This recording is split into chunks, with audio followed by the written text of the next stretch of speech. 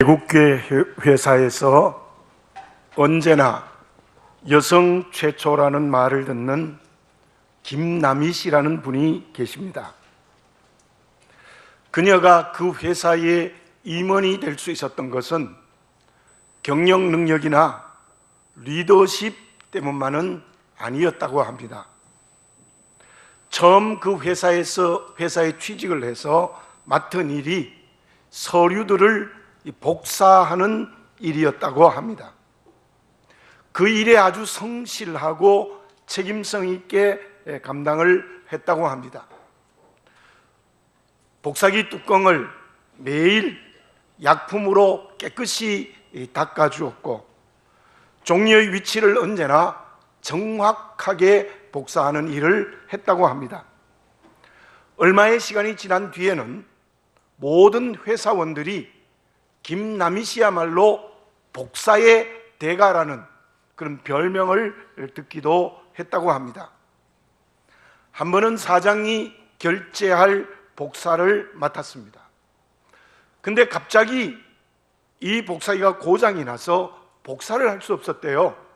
이미 저녁 시간이 다 되었기 때문에 누가 기술자를 데려올 수도 없었는데, 그녀는 여러 곳에 수소문을 해서 결국은 기술자가 와서 그 복사기를 고쳤고, 새벽이 될 때까지 그 모든 서류를 다 복사를 했다고 합니다.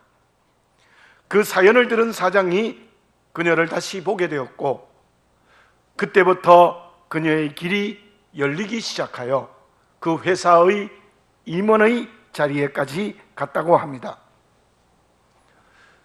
이 한 여성의 이야기에서 우리는 무엇을 볼 수 있습니까? 세상의 일에도 기본에 성실하고 책임성 있게 일을 해야 된다는 것입니다. 어떤 사람은 이런 말을 했어요. 기본이 그 일의 본질이다. 그런 얘기도 했습니다. 근간에 구급 공무원이었던 우편 수집원이었던 한 사람이 대통령 비서실장이 되었다는 보도를 보았습니다. 제가 그분을 전혀 알지 못하지만 분명한 것은 우편 수집원을 하는 아주 공무원으로서의 기초가 되는 그 일에 성실하게 책임성 있게 했을 거라는 짐작이 되어집니다. 그래서 그는 민선도지사도 되고 이번에 대통령 비서실장이라는 아주 중요한 일을 맡게 되었다는 것이죠. 예수님은 마태복음 25장 21절에서 5달란트를 남긴 자에게 이렇게 칭찬을 합니다. 내가 작은 일에 충성하였음에 내가 많은 것을 내게 맡기리니 내 즐거움에 참여할지어다. 주인이 이 종인 한 사람에게 맡겨진 5달란트를 장사하라는 일은 주인의 일에 작은 일이었다는 말은 기본이 되는 일이었다는 것입니다. 그 일을 성실하게 감당했을 때에 많은 일을 맡긴다라는 말씀을 주님께서 하셨습니다. 세상의 일도 기본적인 일, 출발이 되는 일을 성실하게 할 때 큰 일을 할 수 있습니다. 그것은 믿음의 걸음을 걷는 우리도 그러합니다. 어쩌면 믿음의 길은 그보다도 더 중요하다고 말을 할 수 있습니다. 예수님께서는 오늘 읽은 본문의 말씀 요한복음 8장 12절에서 이렇게 말씀하십니다. 나는 세상의 빛이니 나를 따르는 자는 어둠에 다니지 아니하고 생명의 빛을 얻으리라. 이 말씀의 의미가 무엇입니까? 내가 세상의 빛인데 너희들이 세상의 빛이 되기 위해서는 나를 따르면 된다. 그 말씀을 하셨다는 것입니다. 그렇다면 예수님을 따른다는 것은 무엇입니까? 믿음을 가지고 살아가는 그리스도인들에게 예수님을 따른다는 것은 가장 기초입니다. 기본입니다. 출발입니다. 예수님을 따라가지 아니하고 어떻게 천국 가는 그리스도인이 될 수 있겠습니까? 그렇다면 예수님을 따라가는 것이 기본이요 출발인 주님을 따라가는 일을 우리는 제대로 성실하게 감당해야 된다는 뜻이에요. 그런데 그 말씀 속에 나타난 따른다라는 뜻은 계속적으로 따른다는 의미를 가지는 것입니다. 어떤 환경에는 따라가고 다른 환경에는 따라가지 않고 이 관계에서는 따라가고 저 관계에서는 따라가지 않는다는 것이 아니라 모든 환경, 모든 관계에서 언제나 계속해서 예수님을 따라간다는 것입니다. 예수님의 제자들은 대부분 주님이 나를 따라오너라 했을 때에 주님을 따라감으로 제자가 되어졌습니다.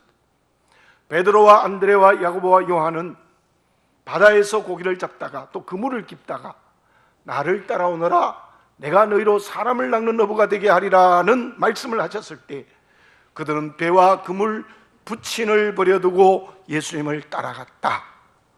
그것이 제자가 되어지는 출발이요 기본이었습니다.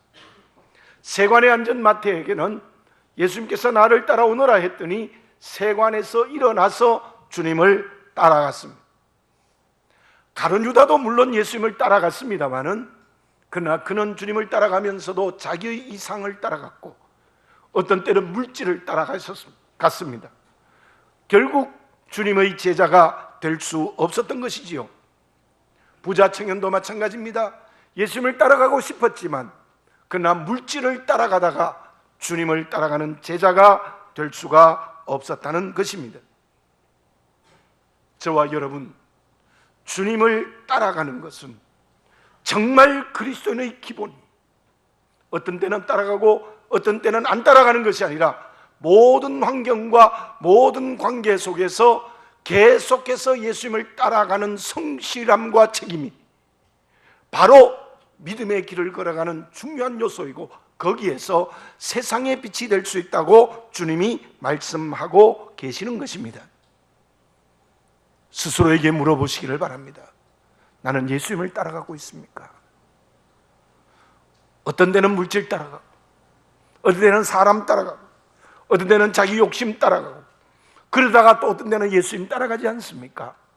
그것은 신앙의 기본의 성실함과 책임성을 그르친 일입니다.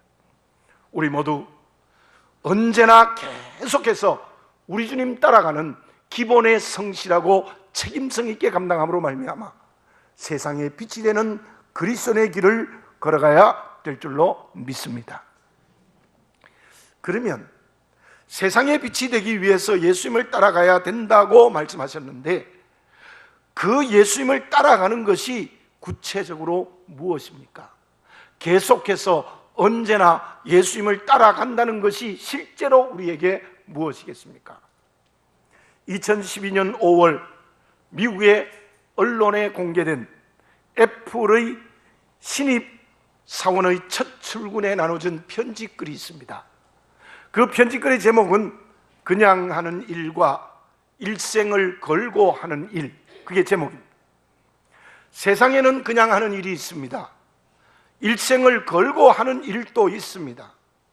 당신의 손길이 곳곳에 스며든 절대로 타협할 수 없는, 그리고 주말이라도 기꺼이 희생할 수 있는 그런 일이죠. 애플에서는 그런 일을 할 수 있습니다. 사람들은 이곳에 그저 무난하게 지내려고 오지 않습니다. 그들은 끝장을 보려고 여기에 옵니다. 그들의 일은 어떤 의미를 지니기를 원하니까요. 어떤 거대한 애플이 아닌 곳에서는 일어날 수 없는 그러한 일 말입니다. 애플에 오신 것을 환영합니다. 제가 영어로 된 전문을 번역해서 여러분들에게 말씀을 드렸습니다. 애플이라는 회사의 신입사원으로 출근하기 위해서 일하기 위해서는 그냥 와서 일하는 것이 아니고 생명을 걸고 일해야 된다는 그 말을 첫 출근하는 신입사원들에게 말을 했다는 것입니다. 예수님을 따르는 것이 믿음의 기본인데 예수님을 따라가는 것이 언제나 예수님을 따라가는 것이 우리의 기본의 성실한 그리스도인의 모습이라면 예수님을 그냥 따라가라는 의미가 아닙니다. 예수님을 따라간다는 것은 생명을 걸고 따라가는 것입니다. 언제나 주님을 따라가야 되지만 생명을 걸고 따라가는 겁니다. 돈이 안 생겨도 따라가야 돼요. 고난이 있어도 따라가야 돼요. 뿐만 아니라 내 자신의 자세는 그곳에 생명을 걸고 따라갈 때에 진짜 예수님을 따라가는 일이라는 의미입니다. 한 가지 얘기를 더 하겠습니다. 인제대학교 백병원의 우종민 교수가 있습니다. 의사입니다. 그분이 어떤 회사에 20대로부터 40대에 해당하는 여직원들에게 설문조사를 했어요. 이렇게 첫 번째 질문을 해보았습니다. 피아노를 배운 사람이면 배웠다고 대답하십시오. 그랬더니요, 20대에서 40대에 해당하는 여직원의 87%가 피아노를 배웠어요. 그 사람들에게 두 번째 질문을 했습니다. 지금 피아노를 치고 있는 사람은 치고 있다고 대답하십시오. 그랬더니요, 그 87% 중에 3%만이 지금 피아노를 치고 있대요. 그렇다면 세 번째 질문을 합니다. 왜 피아노를 배우게 되었습니까? 그랬더니 제일 첫 번째 많은 대답이 무엇인가 하면은 다른 아이들이 하니까 했어요. 그게 1번이에요. 두 번째로는 하기 싫은데 엄마가 강제로 하라 그래서 했어요. 그게 두 번째 질문이에요. 두 번째 대답이었어요. 여러분들 신기하지 않습니까? 87%가 다 피아노를 어릴 때 배웠대요. 20대에서 40대. 우리 교회도 그럴지 몰라요. 근데 지금 피아노를 치고 있는 사람이 몇 사람이냐 물어봤더니 100사람 중에 3사람밖에 안 됐어요. 많은 여성들이 피아노를 배웠는데 지금도 그 피아노를 치는 사람은 3%밖에 안 되었다. 여러분, 혹시 나의 이야기가 아닙니까? 우리는 다 주님을 따라가는 사람들입니다. 그런데 지금도 생명을 걸고 주님을 따라가고 있습니까? 많은 성도들이 이런 대답을 해요. 과거에는 나는 생명 걸고 예수 믿었어요. 새벽 기도회도 나가고 주일학교 봉사도 하고 막 열심히 교회 나갔어요. 지금은 어떤데요? 지금은 왔다 갔다 해요. 많습니다. 여러분, 제가 늘 말씀드렸지만 주의를 지키는 일이 성도의 기본입니다. 제식 훈련과 같다고 제가 여러 번 말씀드렸어요. 저와 여러분들 예수님을 따라가는 곳에 생명을 지금 걸고 있습니까? 예수님을 따라가는 곳에 생명을 걸어야 돼요. 그 사람이 세상의 빛이 될 수 있어요. 그냥 적당히 내 삶의 10가지 중에 한 가지, 가도 괜찮고 안 가도 괜찮고 믿음으로 살아도 되고 안 살아도 괜찮은 그런 사람이 예수님을 따라가고 그리고 세상의 빛이 될 수 없어요. 자, 그렇다면 오늘 본문의 말씀이 말씀하고 있는 예수님을 계속해서 생명을 걸고 따라가는 것이 구체적으로 무엇이겠습니까? 요한복음 8장 12절의 말씀은 요한복음 8장 1절에서 11절의 말씀을 배경으로 하고 있어요. 1장에서 11절에 나타난 사건 다음에 이 말씀을 했어요. 나를 따르는 자는 바로 어둠에 다니지 아니하고 생명의 빛을 얻으리라. 그 말씀은 8장에서 나타난 사건을 통해서 결론적으로 이 말씀을 하셨어요. 그 사건이 무엇입니까? 간음하다가 현장에 잡힌 여인을 서기관과 바리새인들이 예수님께 데려왔어요. 죽일까요? 살릴까요? 죽이라 해도 안 되고 살려도 안 되는 그런 상황에 있을 때 주님은 어떻게 했습니까? 그 여인을 향해서는 깨끗이 용서하셨습니다. 나도 너를 정죄하지 아니하노니 가서 다시는 죄를 범하지 말라. 예수님은 그 여인을 지극히 사랑하셔서 그 당시에 간음하면 돌로 맞아 죽어야 함에도 불구하고 예수님은 깨끗이 용서하시는 사랑의 주님이었습니다. 그러나 서기관과 바리새인들을 향해서는 어떻게 말씀하셨습니까? 누구든지 죄 없는 자가 이 여인에게 돌로 치라. 그랬더니 그 사람들이 다 돌을 놓고 가버렸습니다. 무슨 말입니까? 바리새인과 서기관들은 전부 죄인이라는 거예요. 예수님은 이 사건에서 서기관 바리새인들 너희들이 의롭다고 하지만 너희들이 죄인이라는 심판을 내린 사건이 앞의 사건이었어요. 그렇다면 예수님은 그 사건을 통하여 내가 누구냐? 사랑의 주야, 내가 누구냐? 심판의 주이라는 것. 저와 여러분, 예수님을 따라간다는 것은 예수님의 인격과 삶을 닮아가야 되는 것인데, 그 인격과 삶을 닮아가는 것은 예수님의 사랑이 내 사랑이 돼야 돼요. 예수님의 심판이 나의 심판이 돼야 돼요. 그럴 때에 우리는 비로소 예수님을 따라간다, 그렇게 말할 수 있어요. 그렇다면 먼저 주님의 사랑이 나의 사랑이 되고 그것이 인격과 삶이 된다는 것이 무엇입니까? 우리는 보도에서 요즘 이런 보도를 봅니다. 얼마 전에는 아무 이유 없이 화장실에서 한 여자를 살해했습니다. 그 사건이 지금 강남 어떤 지역에, 제가 어제 결혼식 때 가다 보니까 전부 무슨 표를 붙이는 대단한 운동을 하고 있더라고요. 심지어 친구를 죽여서 토막을 내서 이리저리 버리기도 합니다. 우리는 그러한 죄인들을 보면 어떻게 생각합니다? 죽어 마땅하다, 다 손가락질을 합니다. 더군다나 저와 여러분들이 살아가면서 나와 이권의 관계에 있는 사람이라면 조그만 죄도 과대 포장하여 너는 죄인이라고 손가락질하고 있지 않습니까?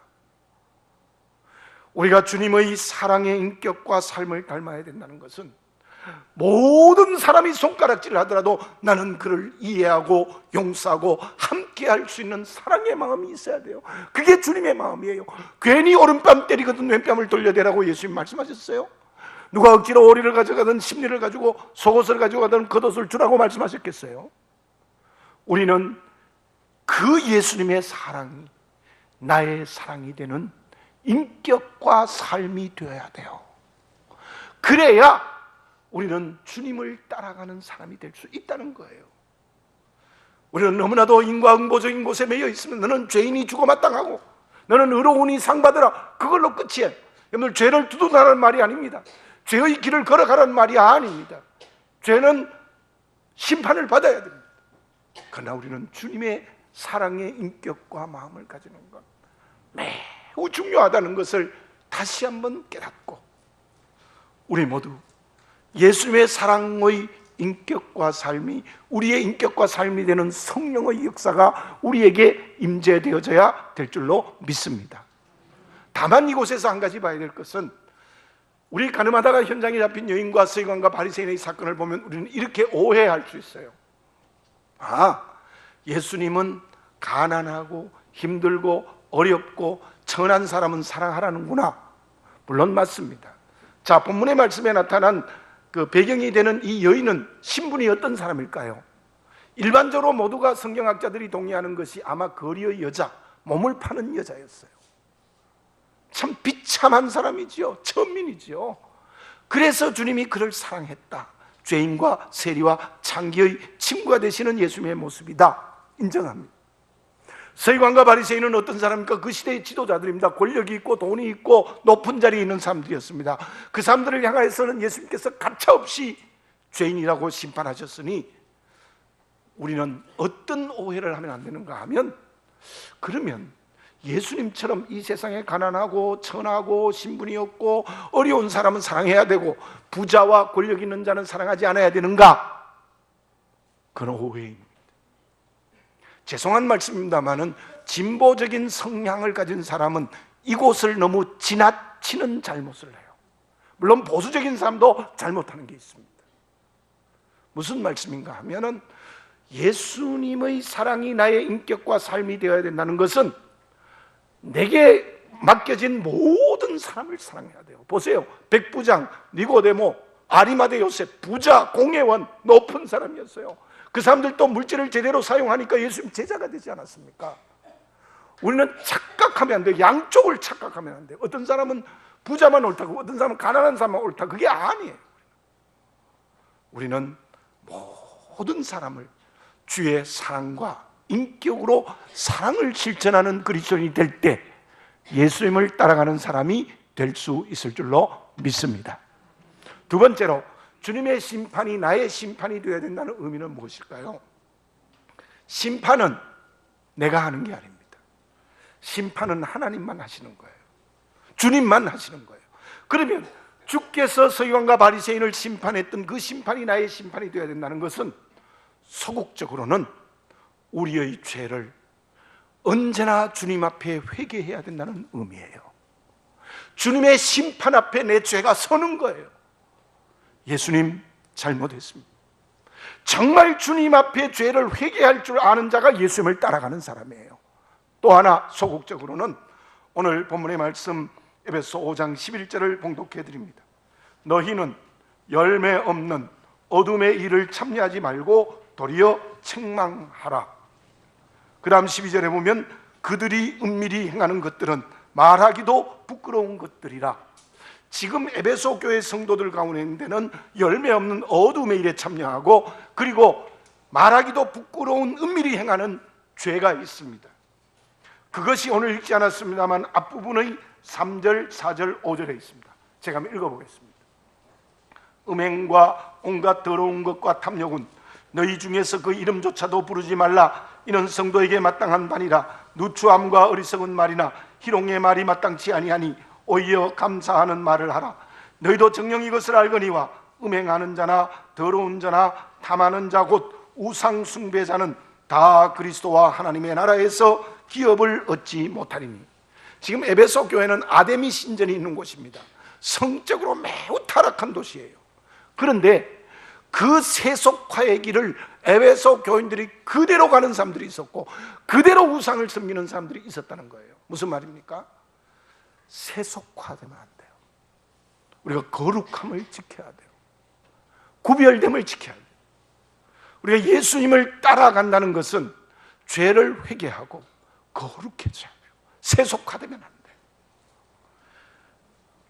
그리고 정말 우리들이 거룩하다는 것은 다른 말로 더 긍정적으로 적극적으로 표현하면 온 세상 사람들에게 믿음의 모범을 보여줘야 되는 거예요.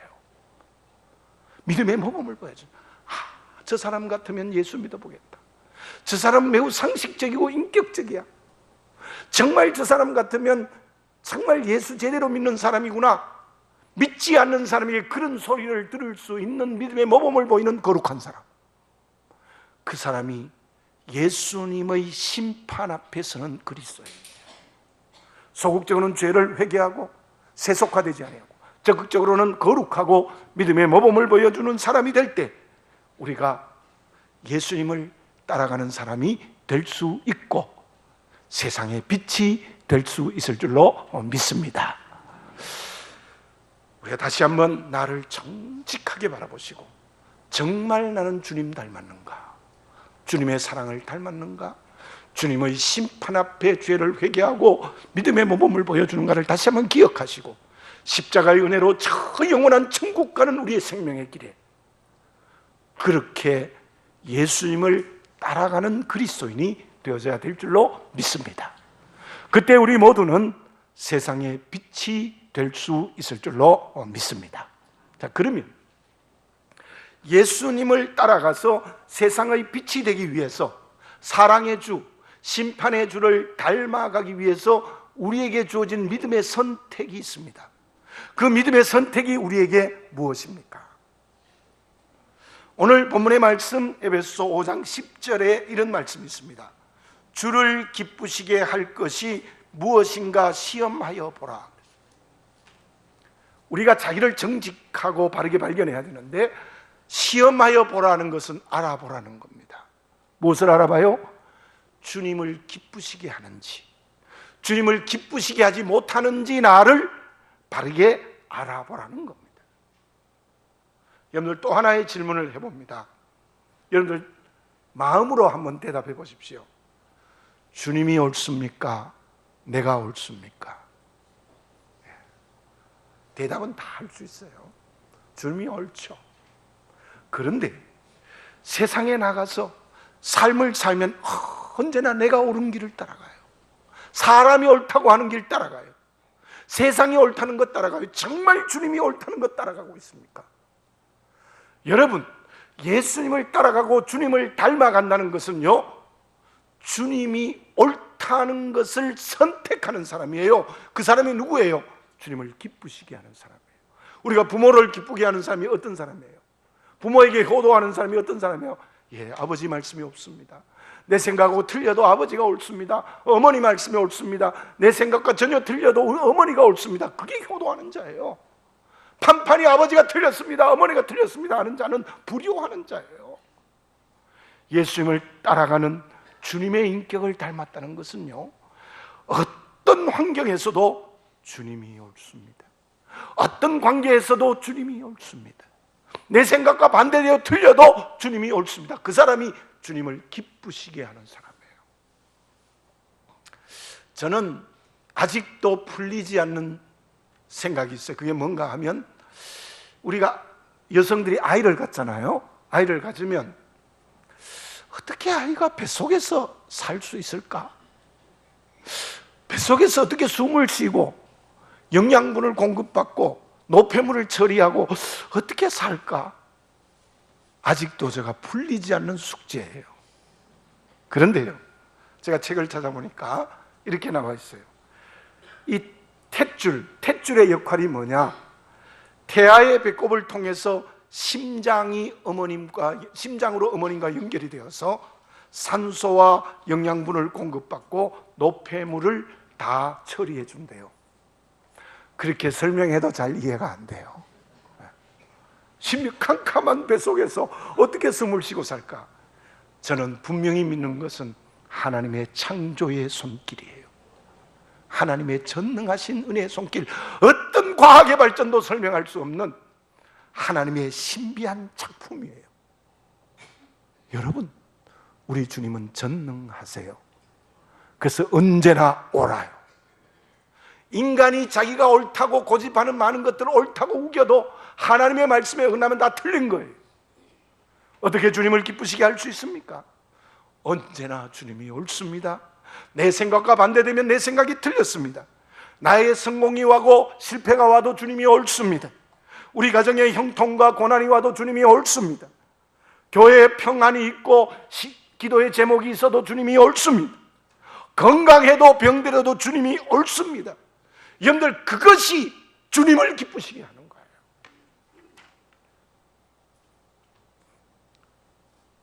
그렇게 주님을 기쁘시게 하는 것이 쉽게 되어지지 않습니다. 제가 14절을 읽어보겠습니다. 그러므로 이르시기를 잠자는 자여 깨어서 죽은 자들 가운데서 일어나라. 그리스도께서 너에게 비추이시랴 하셨느니라. 잠자는 자여 일어나라. 죽은 자여 일어나라. 그리스도께서 빛을 비추어 주신다. 이렇게 말씀하셨어요. 무슨 말씀입니까? 영혼이 살아 움직여야 돼요. 영혼이 살아 움직여야 주님을 기쁘시게 할 수 있어요. 영이 잠자고 영이 죽었는데 어떻게 주님을 기쁘시게 하겠습니까? 요한 3서 2절에 요한은 이렇게 말씀하지 않았습니까? 사랑하는 자여, 내 영혼이 잘됨 같이 내가 범사에 잘되고 강건하기를 간구하노라. 무엇이 먼저 잘돼야 돼요? 영혼이 잘돼야 돼요. 그 다음 절을 읽어보면 영혼이 잘되는 게 뭐냐? 말씀 묵상을 통해서 영혼이 살아 움직여야 돼요. 기도를 통하여서 성령의 능력의 갑절의 역사가 일어나야 돼요. 경건의 훈련이 필요합니다. 기도해야 됩니다. 말씀 묵상해야 됩니다. 정말 말씀의 생명이 나를 붙어서 영혼이 잘 되어야 돼요. 영혼이 잠자면 안 돼요. 영혼이 죽으면 안 돼요. 영혼이 잘 될 때, 그때 우리는 주님이 옳습니다. 주님을 기쁘시게 하는 길을 걸어가게 되는 줄로 믿습니다. 라오디게아 교회가 어떻습니까? 부자 교회입니다. 교인이 많이 모입니다. 그런데 주님의 책망이 무엇이었습니까? 요한계시록 3장 17절에 보면 내가 말하기를 나는 부자라 부요하여 부족한 것이 없다 하나 내 공고함과 가련한 것과 가난한 것과 눈먼 것과 벌거벗은 것을 알지 못하도다. 이 라오디게아 교회 교인들은 부자다, 우리 교회 많이 모인다, 성공과 만세를 부르지만은 영적으로 가난하고 공고하고 가련하고 눈멀고 벌거벗은 것 모른다는 거예요. 저와 여러분들 영혼이 비참해지지 않았습니까? 가난해지지 않았습니까? 영혼이 잘 되어야 돼요. 성령이 충만한 그리스도인이 되어야 돼요. 기도와 말씀을 통해서 내 영이 잘 되어야 돼요. 계시록 3장 18절에서 예수님은 그 치유 방법을 어떻게 말씀하셨습니까? 불로 연단한 금을 사서 부요하게 하라. 흰옷을 사서 벌거벗은 수치를 보이지 않게 하라. 안약을 사서 눈에 발라 보이게 하라. 불로 연단한 금은 무엇이며 흰옷은 무엇이며 안약은 무엇입니까? 하나님이 주신 은혜, 기도의 응답, 성령의 충만함으로 영적으로 부자가 되고 영적으로 밝게 보는 그리스도인이 되라는 말씀이에요. 그때 열심을 내라, 회개하라, 그 다음 말씀이 가능한 거예요. 저는 오래전에 신림에 있는 가나안 농군학교에 간 적이 있습니다. 김용기 장로님이 한 가나안 농군학교는 우리나라 새마을 운동의 기본이 되기도 했죠. 그때 제가 그곳에서 한 일주일쯤 있었는데요, 치약을요 이렇게 짜면은 센티미터가 있어요. 몇 센티는 제가 모르겠는데 조금 이렇게 해야지 더 많이 하면 야단나요. 그리고 밥그릇에 밥알 하나라도 남기면 아주 호되게 야단맞습니다. 먹을 만큼 반찬도 밥도 조금 더 남기면 안 돼요. 그리고 우리가 거기에 훈련받으러 갔는데도 다 일을 해야 돼요. 낮에는 교육도 받고 일도 해요.